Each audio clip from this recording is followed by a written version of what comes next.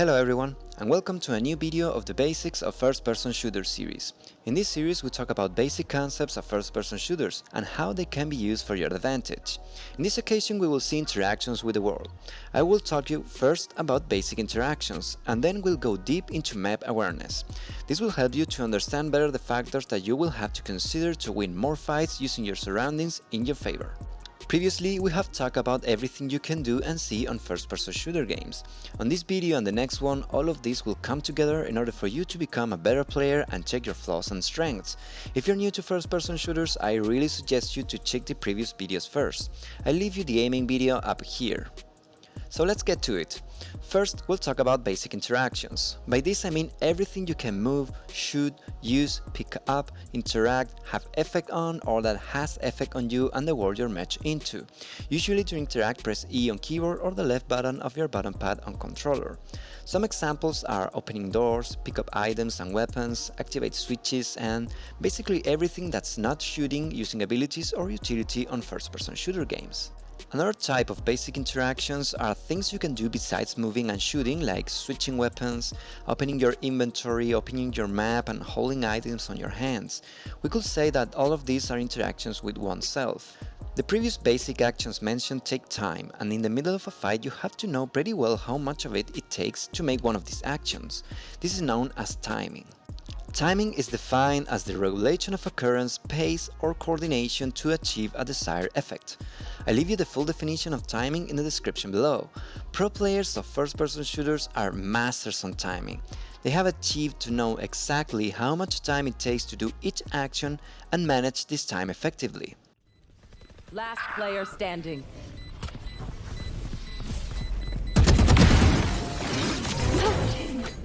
The timing on each game is different. Some have fast-paced fights with a lot of going on under a minute, and others are more focused on rewarding patience and precision.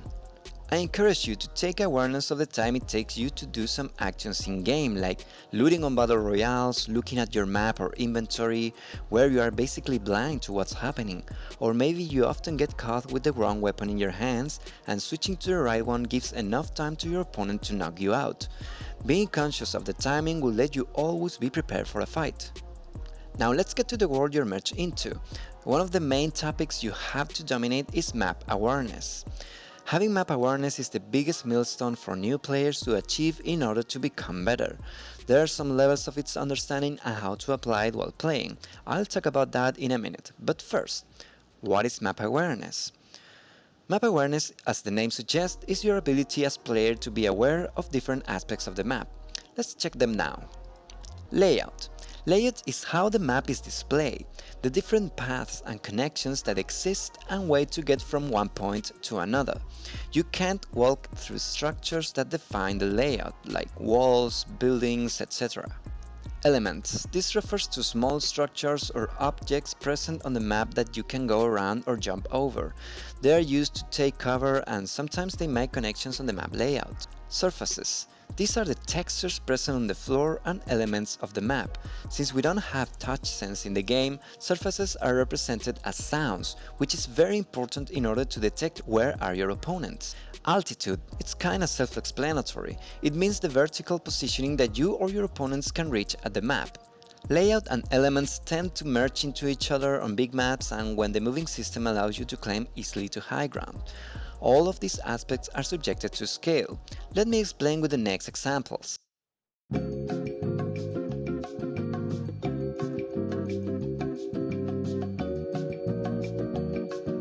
Okay guys, for this example we're going to use the Haven map on Valorant. So what is the layout? Layout is everything marked as the white line on the map and you can see it as big walls or structures.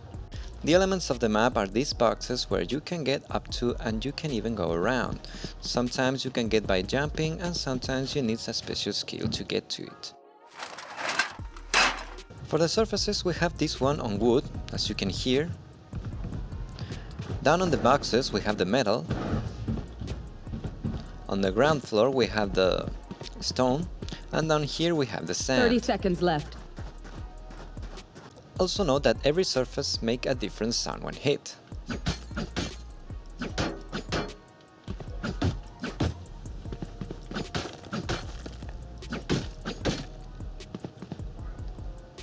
As for altitude, we have 3 different altitudes on this map.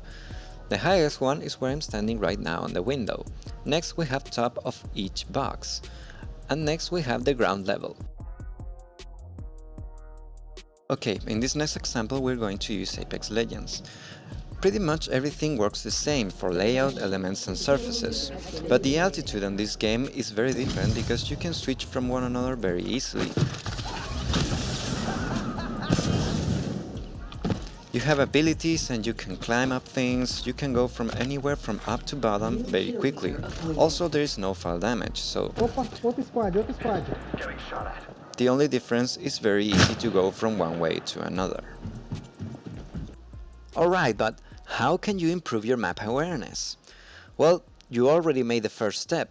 You now know the aspects of the map and what you should pay attention on. The next step is pure practice. To learn a new map, you have to play some games thinking on the connections and the different paths you can travel. Sometimes you'll discover new ones that will expand your possibilities on that map. You can ask yourself questions like this: if I'm in spot A, what path and how can you get to spot B? What can I perceive from B that I'm not perceiving from A? What new paths and new locations can I access from B? From where can my opponents be waiting for me while moving or once I'm at B? Note that the spots A and B that I mentioned here is just your own reference. It can be almost anything.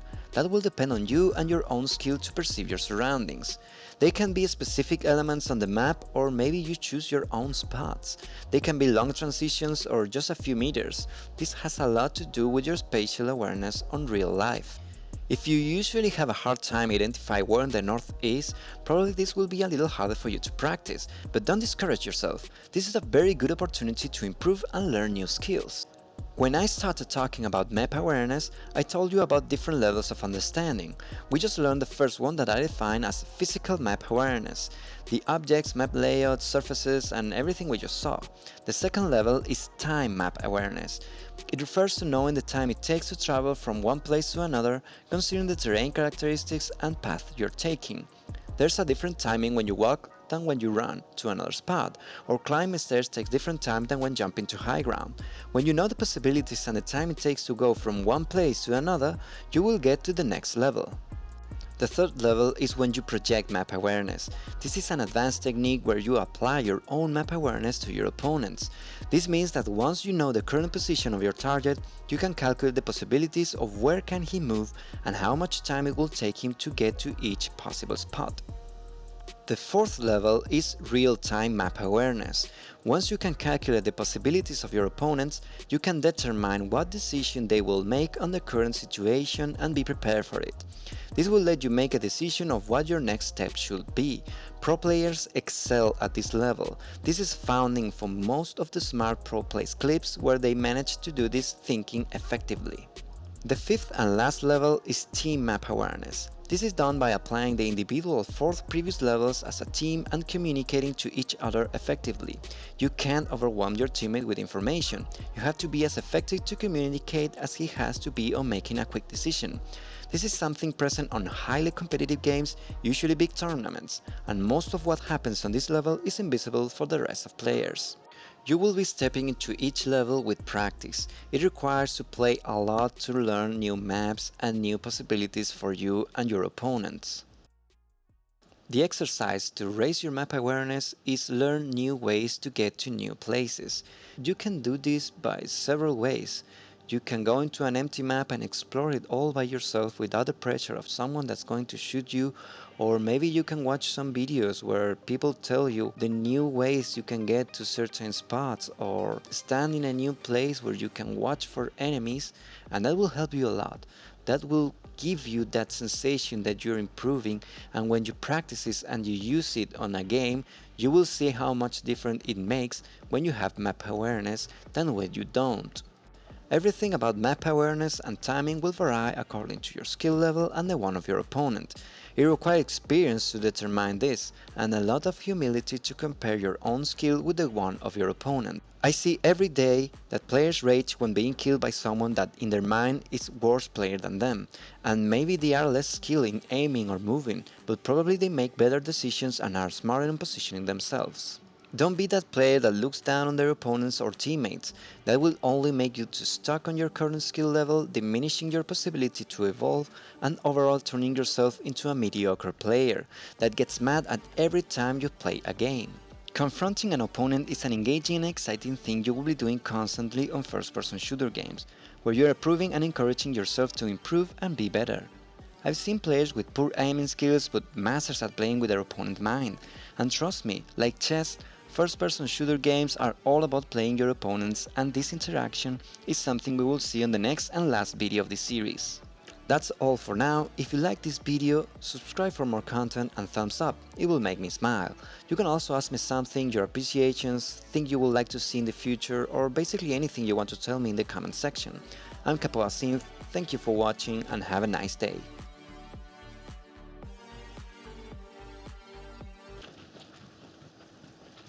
That's the sound of math.